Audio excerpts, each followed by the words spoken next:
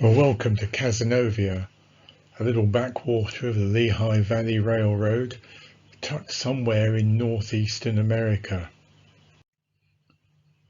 We'll go for a stroll around the yard in a minute, but as you can see, there isn't an awful lot of activity really.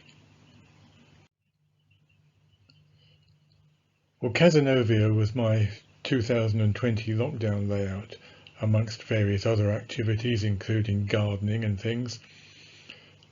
It's notionally set somewhere in New York State, near the Finger Lakes, not far from Lake Ontario, and Watkins Glen is nearby too, scene of a highly recommended live album by the band.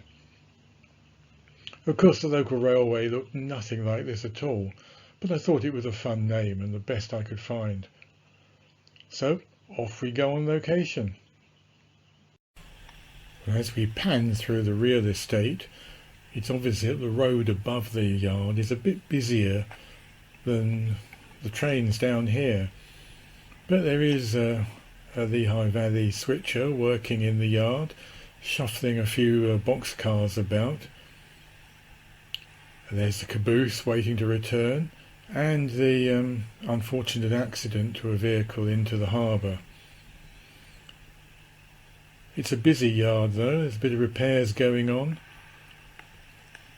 Delivery companies are hard at work, though someone has come to work by bike. The old milk building and the ice house have probably been reused as something else. But the phone company's got problems in the background as there appears to be a full-blooded demo going on. The section house is there, and a couple of old boys and their dog are waiting for the next train. They may have a long wait. I would show you something running and a switcher in action. It does work, but I'm incapable of operating the camera and the train at the same time. How did it get built? Well, this is the incredible shrinking layout. It started off as about over 3 meters of N-Club modules with a quite complex track layout, as you can see below. And that actually got built, and trains would run up and down on it. And I'm really just beginning to think about the scenery, but I wasn't happy. So I shrunk it down to 1.7 meters of N-Club modules, just leaving the switching section. And that got very well developed because it even had full digital point control on it. Nothing lost there because it was an interesting exercise, but it still wasn't right.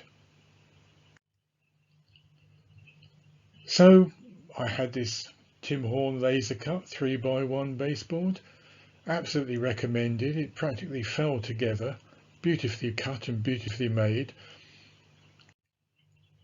And then I found that the sidings from the last layout, when they were hacked out of the original baseboard, fitted perfectly inside it. So with a little fiddle yard, it would make a really nicely transportable 3x1 layout. We added a photo back scene. You'll probably see from the video, the trouble with photo back scene is the vegetation looks far too big, but from a distance it's great. A lot of the buildings were salvaged from the earlier plans for the earlier layout.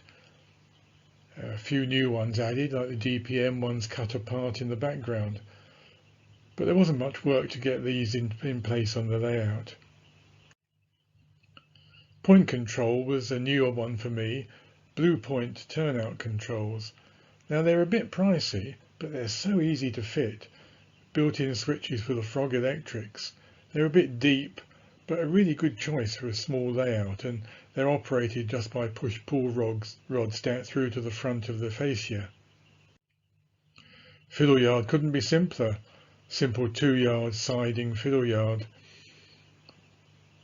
Controlled by a Pico a narrow gauge Y point. These are really useful little bits of kit really, because they've got a reasonable radius, but they're very compact. And that's really the layout, but I haven't been idle. This year's lockdown layout is a quite small Japanese tram layout, a rebuild of Kuritu. I've just got the overhead to do on that. And before and after, I've got a sort of minories coming. That's underway, and I got diverted into Japanese trams, but it's another project to enjoy. What are the lessons learned from this? Well, small is most definitely beautiful. I do like small railways. Every time I've tried to build something big, I fail. And it's great because you can build them in a short time, even if you haven't got a pandemic going on. And I think I've learned to not to be afraid to rebuild or change things if you're not happy with them. It's taken 5 years to get this far with all the false starts, but I've had a lot of fun doing it. The key is to work steadily. If you do a little bit most days, you get things done.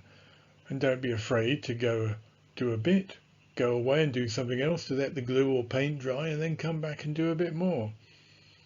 And of course, if it's not cooperating with you, walk away, do something else and come back, or it will be a disaster. And at the end of the day, it's my railway. I'll learn from everyone, everywhere, but then I'll go and make my own mistakes. Thank you very much. Well, I hope you've enjoyed CAZENOVIA. You may see it in the flesh at a show sometime soon. I hope so.